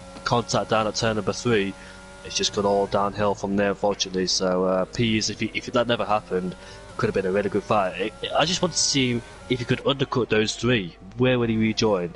Way ahead of these guys as well, because they all entered the pits at the same time, obviously with the safety car, but you never know, one of those guys would have stayed out extra, but we'll never know. Leroy then on the back end, Nathan, he's got some good pace in that Mercedes as they go to the right hand side to try and break out each other's slipstream. Peace, that's the fastest lap of the race. Any moves into turn number 1 here? Not on this occasion, no. Also, maybe there's an Aston Martin of Pease going side by side with Leo, trying to make up 7th place. They go side by side, so close, barging wheels, both have DRS down the straight with the help of the Aston Martin ahead of them, and Pease has the inside line for this corner unless Leo can stick him around the outside. No, he can't on that occasion and gets the place, but he gets a lovely switchback and he's going to go side by side into turn 6 and 7, but no, he backs out of that one. You don't want to go side by side through there, because as you saw in Tier 2, two people tried to do that and end up in a spin, and it always does occasionally. Indeed, lovely move by Pease there, setting the fast lap at the same time here. So he does have the pace. He just got really unfortunate by the safeguard period and the crash by H-Up there. Just really unfortunate, because he does have the pace. He was quite comfortable in the lead, and then of course at the safeguard restart, just an unfortunate incident by going 3 wide into turn 2. That doesn't work there. Ralf Schumacher went side by side with Takuma Sato in 2004 in the same turn, and they crashed at the same time. And those are only 2 cars, and 3 cars side by side with wider cars doesn't work at all, fortunately. But he's still in the running, just behind his teammate there in P6 there. Harvey doing a good job sticking with Liam in the DRS. We've got another 8-way battle for the lead at the moment, pretty much, even though of course it's very difficult for P7 to overtake P1 here, but a very exciting end with 5 laps to go of the CRL season here only. So who will win this race? Who will pick up the podium here? Who's gonna be the ambitious one to try to overtake one of the leaders here? It seems to be that the top 3 are very comfortable with the high ERS usage still, and the rest of the cars really just... Oh, Liam. I just saw that. Just goes a little bit wide coming out of turn number 4, and now he picks himself up a 3-second time penalty. I wanted to mention him because remember at the start of the race he started on the mediums and he's spun. He's back up to P5 now, and he's on a brand new set of mediums. That's what happens when you choose a balance strategy. You get 2 sets of mediums, and that's he put on another brand new set once the safety car came out. Alfa Romeo of rotation, or I think it was a Haas, I'm not quite sure. Haas. Gone for a spin. Haas of Isa Kush, that's unfortunate there for him. I'm afraid in the Haas making contact there with Pease. But Isa Kush, I wonder if he thought one of those two were going to back out, because they went very deep, and I wonder if he thought he was well ahead of the corner to try and get ahead of them both. That's what I thought he'd do. I thought he thought, if that makes sense. But unfortunately they weren't far enough ahead, and they resulted in contact. Both Aston Martin's Pease is right behind Harvey Lees, Pease and Lees, and they're making their way on the straight now. I wonder if there could be a driver swap between those two, because Pease is very quick. As you can see there, Pease going side by side with Harvey, and he puts himself up into pieces. Look at the Alpine then going side by side with Leroy, going into turn number 1. Down the inside he goes, lays on the brakes. Leroy trying to stick him on the outside, has the inside for this corner here, but they will get both DRS once again. And Liam with the slipstream behind Leroy and using the ERS swell. Can he try and go around the outside into turn number 4? Here we go. They might lose DRS connection towards Nathan, which they will do. Look at Pease, and they make contact, and he sent him to a spin. That's his second time spinning there, but that's not his fault this time, because Pease was right there. Unfortunately, this was a chaotic race last season as well. I remember a big contact was being made. I think Pease took out Liam, the other Liam, the Irish one, in turn number 1 last time out. I think when Liam was leading the race and Pease hit the back of him, and Pease hit another Liam. Indeed, it's just really unfortunate for Liam as Isaac Kusa spun again. Oh yeah, the Haas spun, not Steiny. Another Haas spun. The Steiny spun again. So he lost position to Bumpy now. Looks like those soft tires are really dying here. But it was unfortunate because I was on board with Liam here as he was about to line up. As Isaac Kusa is now retired, will we see another safety car? Looks like for the moment not. That could be a purposeful safety car if it did come out. But I was on board with Liam here, and then he went on the throttle, it seemed like, and then he just spun the car. So it was really unfortunate for Liam there. And then, so I'm not sure if he made contact with Pease there, since I was on board with Liam there. But Pease is now off board. Okay, so Pease has probably taken out. He's taken out. Jeroen is now going for the lead here. Jeroen has overtaken Wouter here for the lead here. Both drivers going side by side. Wouter very close to the back of the Alfa Romeo here. Very exciting. None of them have DRS. None of them have DRS. They were level pegging on the DRS line. We saw this in Tier 2 with the Little U1, I think it was, or the KSI, KXI and Demorts. KXI and Demorts did the exact same thing, or the Little U1, and they were level pegging, and this time Wouter does not get the move John and Jeroen, so Jeroen, oh, it looked like he had a big, massive oversteer coming out of turn number 8. Hopefully it doesn't affect him too much, but Walter was creeping up all over the back of him. This is good. Oh, he's got wide again through turn number 10. And Walter has the DRS, and he should get past Jeroen on this occasion. So Jeroen is making mistakes, just misjudging his braking points. And he's fallen down into P2 once again then. Very incredible battling here. Jeroen making some mistakes here, just having taken the lead and then making some mistakes. It just really cost him quite a lot after making that move there for the lead here. But what can Nathan do? Nathan is following the top 2 here as well. And if those guys keep making mistakes, then Nathan is ready to overtake those guys with 60% ERS. With Wouter and Jeroen using a bit of ERS now. And Nathan also using now. With only 2 laps go of the CRL Tier 1 season now. What will Jeroen do? Jeroen in the DRS going to the left now. Wouter defending the inside here. Wouter braking later than Jeroen here and keeping the lead here. As Leo is now up to P4. P is now in the battle for P5 here. My goodness, what incredible racing we're seeing right now on board with P's here. We can't mention all the battles here, but we on board with P is now trying to overtake Leo here. For P4 here, Harvey in the same battle, and Leroy has lost about 4 positions here since he was in P4 just a moment ago. He's now down to P7. Yeah, I think because I saw 3 wide in the background when I was aboard with Walter Jeroen, and I think Leroy was ahead of those cars, and he got absolutely swallowed up, sitting duck on the straight, no defend whatsoever with no DRS in front of him. So I think Leroy just got swallowed up by 3 cars, and they were able to 1 position up, 3 of them. And yeah, this time we saw last time Walter go on the inside, but Jeroen also went on the inside. While Jeroen was able to go down the inside, but this time Walter went on the inside very quickly, and that didn't allow Jeroen to have the inside line this time round. So he had to try and force him around the outside, which is not the best way to go. Oh, Jeroen! You see that again, going out wide at turn 13, that could pick himself up a warning. Got to be very careful. Mistakes are starting to happen on the last lap of the race. We've got a battle for the top 3 as we head up to the last lap of the race. We've got a battle for P4 with P's, Harvey Lee's and QRT Leroy as well. As we head on the final lap of the race, Jeroen is not close enough towards Walter because the gap was 3 tenths. And he failed to overtake him, so he failed to overtake him at 6 tenths. But Nathan is right behind Jeroen. Unless Jeroen can try and send it down the inside, it could have to be the outside line. But he has to set up a perfect exit now on Walter, and P's got past Leo. But the battle for P1 is more crucial, as we're about to see. Jeroen and Walter going side by side once again, going into turn number 4, trying to break the slipstream. Nathan there as well, and Jeroen trying to go around the outside into turn number 4. Can he make it stick? And let's see if he can do. No, he can't. He stays behind Walter for the time being. But can he try and get him down into turn number 8, which is another overtaking spot? Can he try and be late on the brakes? No, he can't.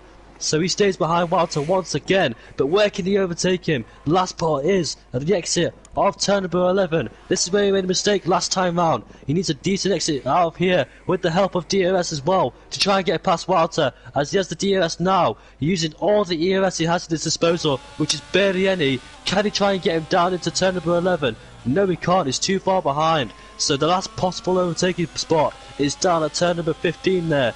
And that's going to be very hard because there's no DRS down that back straight, and he's running out of ERS as well, and Nathan's all over the back of him, so Jeroen's going to try and find a decent exit throughout here, but Nathan's more closer towards Jeroen than Jeroen is towards Walter then. So is Nathan poised to make a lunge. Look at that, with more ERS, they go side by side, but Jeroen is late on the brakes. Does he make the corner? Yes, he does, but Nathan gets a better exit, slingshot his way past, and he moves up into second place. Walter wins the Bahrain Grand Prix ahead of Nathan in P2, Jeroen in P3, and P's will finish in P4 with Leo in P5, Harvey Lee's in P6, QRT Leroy in P7, Liam in P8, to Griff P9, Bob Pierre in P10, Liam in P9, to Griff into P8, Rotation P11, Pyro P12, not even in the session, and Stanley P13, Joshua on the inters in P14. But what a final race that was.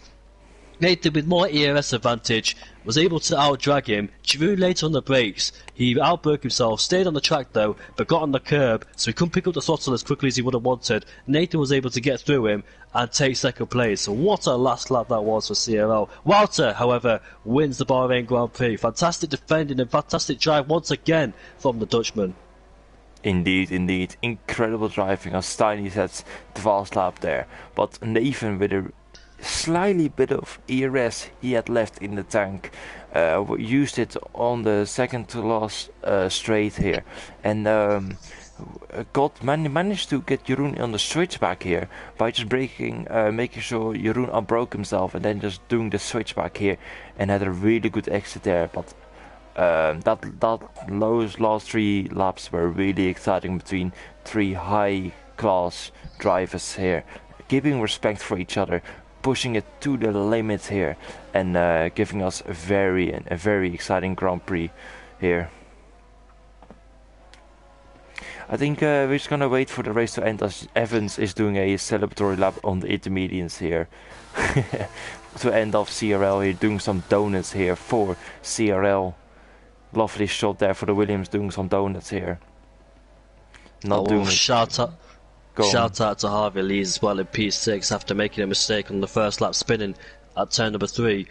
He came back to finish in P6, and what a result for him.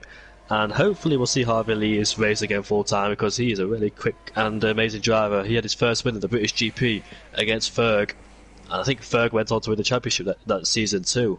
And yeah, both class drivers, and I can't wait for next season as well. Joshua finally crosses the line there. But that last race in Bahrain just never disappoints, whether it's an opening round of the season, in terms of this final race of the season.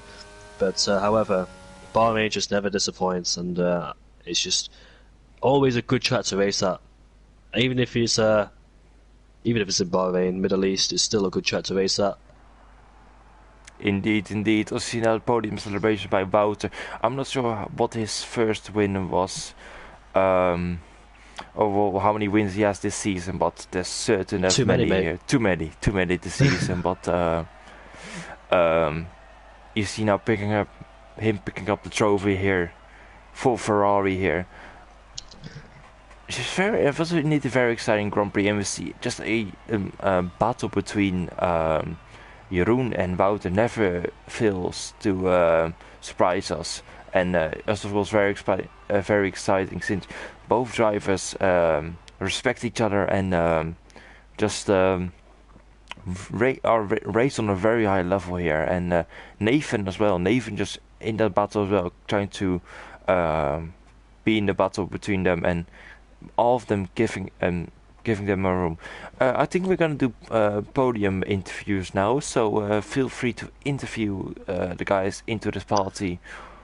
And then, yeah, let's have that set up then. But let me quickly run the order down once again. As Wouter takes the win for Ferrari in the final round here, ahead of Nathan and Jeroen running out the podium here. With Peace making a good comeback in P4, with Leo in P5, Harvey P6, good drive from him, Leroy P7, Tigriff getting 8th, Lee in P9, Bumpy P10, Rotation in 11th, Pyro P12, but his AI was driving, so I don't think it will count. Steiny P13, Evans 14 from the Inters, Isiskus retiring, AJ retiring, Ferg retiring, Sieb retiring, Waitsy retiring for both afterwards, and AJ is having a race to forget, and in P20. As Jamie is getting the podium guys into this party right now. As we're getting ready to do some podium interviews here for you for the final round here. So if you're watching the stream right now, then and if you've got a question for one of the drivers, then make sure to inform us.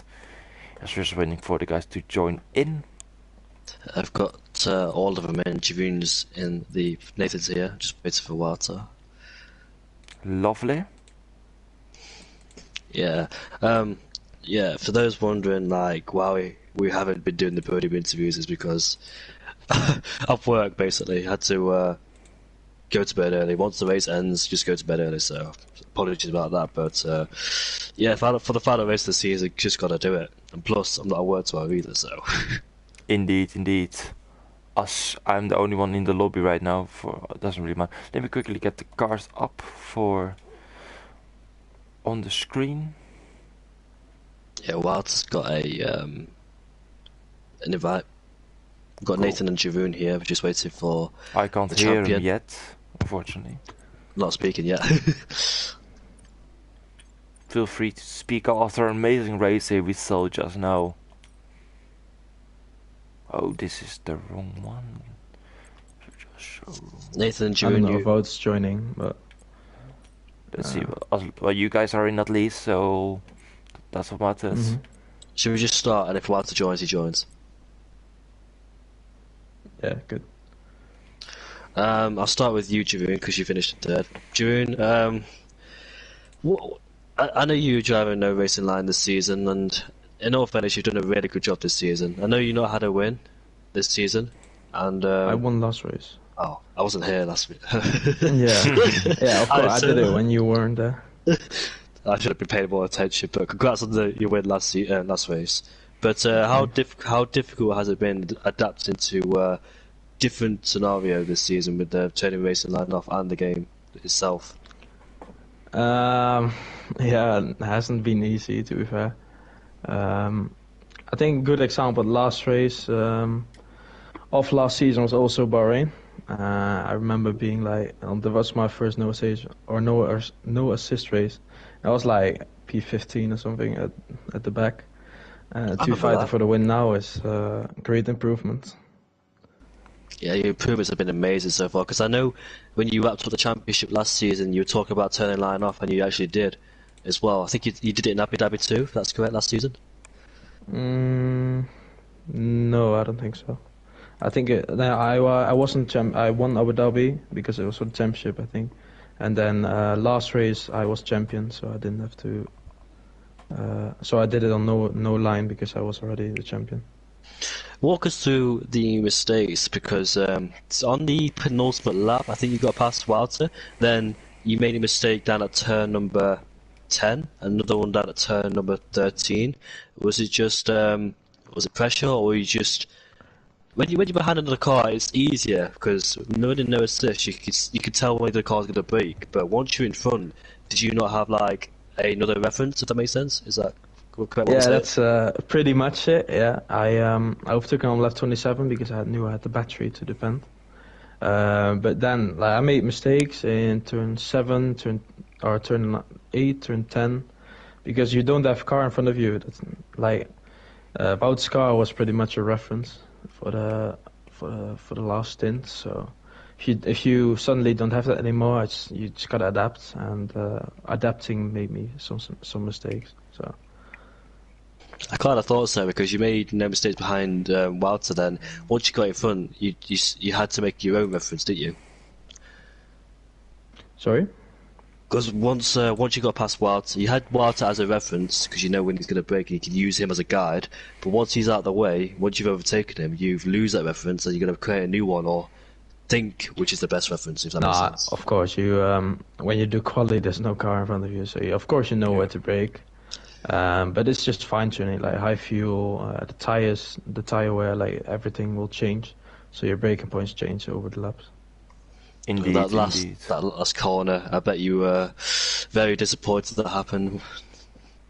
Yeah, no, I didn't really expect him, but then he started beaming his battery on the back straight. I was like, oh shit! And then during the braking zone, he came by so quickly that I was a bit shocked. I thought I could outbrake him into the last corner and try and make his exit worse. But he did it smartly with the battery. So can only say fair play to him. It's good racing from him. And with no assist this season, you won one race this season back in Budapest. And yes. Hopefully next season you'll be back up there, because towards the late season, the second half, I dare say you've been up there. It's been showing the last few races, so it's really nice to see you really improving with no assist and turning into an amazing driver who can adapt very quickly. So I hope you can come back stronger next season and try and challenge more. I know you can, because you can. I believe in you, and let's see if you can do it. Yeah, thank you, and you as well. Thanks for the comps this season. Thank you, mate. Appreciate that. Much appreciated. As we're now gonna line up to Nathan here. Nathan, are you here? Yes. Good evening. Good evening. Thanks for being here, and congrats on your P2. Interesting season, of course. Quite a way of Wout here, who dominated the season. Let's be honest. But how would you reflect your season? I would say improvement. quite happy to be honest. Like going into, I didn't think I was going to challenge Valter. All I wanted was just to get podiums, and then when I got that race win, yeah, I'm just happy with this season. I didn't think I could ever challenge Valter. He's just too quick and consistent. So yeah, I'll take it. Indeed. Talking about this race, you were of course quite away in the DRS battle. Same for the sprint race. Did you see a real opportunity to fight for the win here today? No, not really. I mean, the sprint, it's a long time. It feels like a long time ago now. I just remember not having a lot of pace, to be honest. And then I made a bold decision to pit for softs. I don't know where I was before I pitted, but yeah, the softs didn't really pay off because of the battling ahead, and yeah, it was just a bit chaotic, to be honest. So the sprint didn't go very well, and then yeah. Sorry, you were gonna say? No, go ahead. Sorry.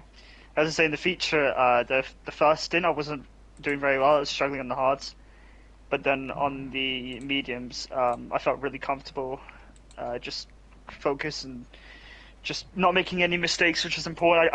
I knew like I wasn't on pace quicker than the front two, but if I could just save battery and stick in DRS, maybe I could have done something. And luckily, I got P2, which was more than I expected.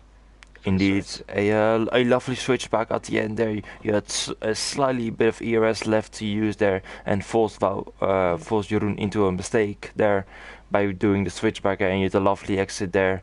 Of course, talking about a bit of the season, we're gonna reflect about next season a little bit. What do you want to bring forward? You had this season to next season, and are you gonna switch to no assist?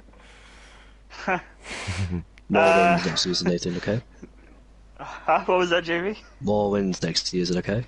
We'll see. I mean, if I turn line off, that's definitely not happening, but we'll see. No stupid strategy course. Come on, it's not Ferrari. It's not Ferrari. Nah, I mean, like, I'll probably commit to no assists, but we'll see. Like, it is fun to battle in the front, and I can only do that with line. And I'm a bit worried that if I turn off line, it's one less driver to battle Valter. So. I like the honesty and bravery you said that. I got him next season, don't worry, Nate. You couldn't even get me, mate. Oi. I'm joking. Elbows. Elbows out indeed. Ratio. No. He's new. And Counter plus line. If I turn off... nice braking in last corner. If I turn off line, I'll be in the midfield at best. So we'll see. We'll see. Well, Jamie, do you have any questions left for Nathan? No, I think you got it covered, mate. What's been your best race of the season, Nathan? Obviously Australia because you won, but Nah, I mean Australia, like it was good. It felt really good to win, but like it was because Jeroen couldn't keep it on track, so it wasn't the best race. Honestly, I can't even remember. I'm gonna look at the calendar and give you an answer. This was up there in terms of like, just. Like, I know it was boring in terms of just sitting back, but like the end of it was fun because obviously, like I was battling for P2 right at the end. But I don't know. I'll have a look. There are of course many great races here, personally, and of course for the entire grid pretty much.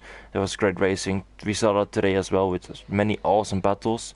We saw during the field not only the top 3, but you had a 4-way battle for P4. So it was an exciting race overall, and a good season for many. I mean, I found an answer. I'd say Canada for sure. With the stupid mistake of not peeing on like when I should have when it rained, that was just the most fun. I just climbing through the field and yeah, it was fun. Question for Jeroen. You there, mate? Yeah, I'm there. At what point of the season did you start feeling more comfortable with no assists? Quickly get in the calendar. Like changeable conditions, no problem because I love that. Like rain is just, yeah. I know I'm fast in the rain. So yeah.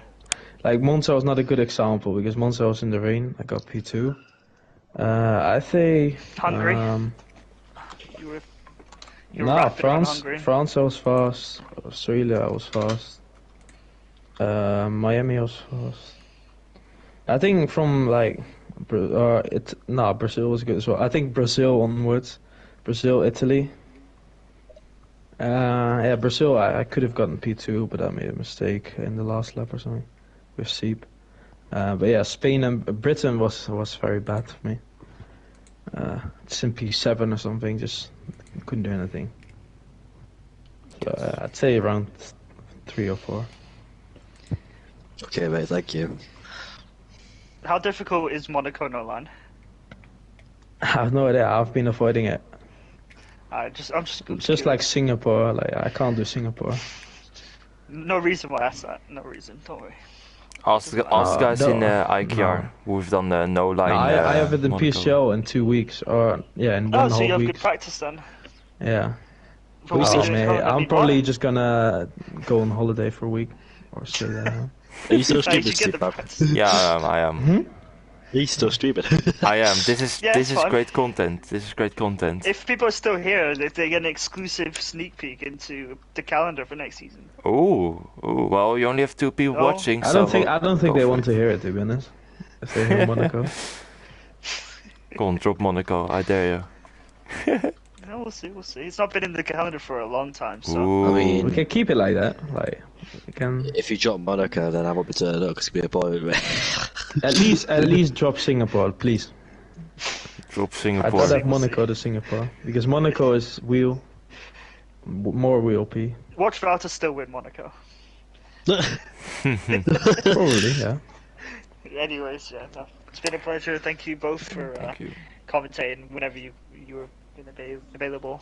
Much- It's been a pleasure. Much appreciated, Nathan. I want to thank you guys for joining this party and having a good season overall. And hopefully we get to see you guys once again next season, and which should be an exciting season. So thank you guys for joining us today. Yeah, see ya.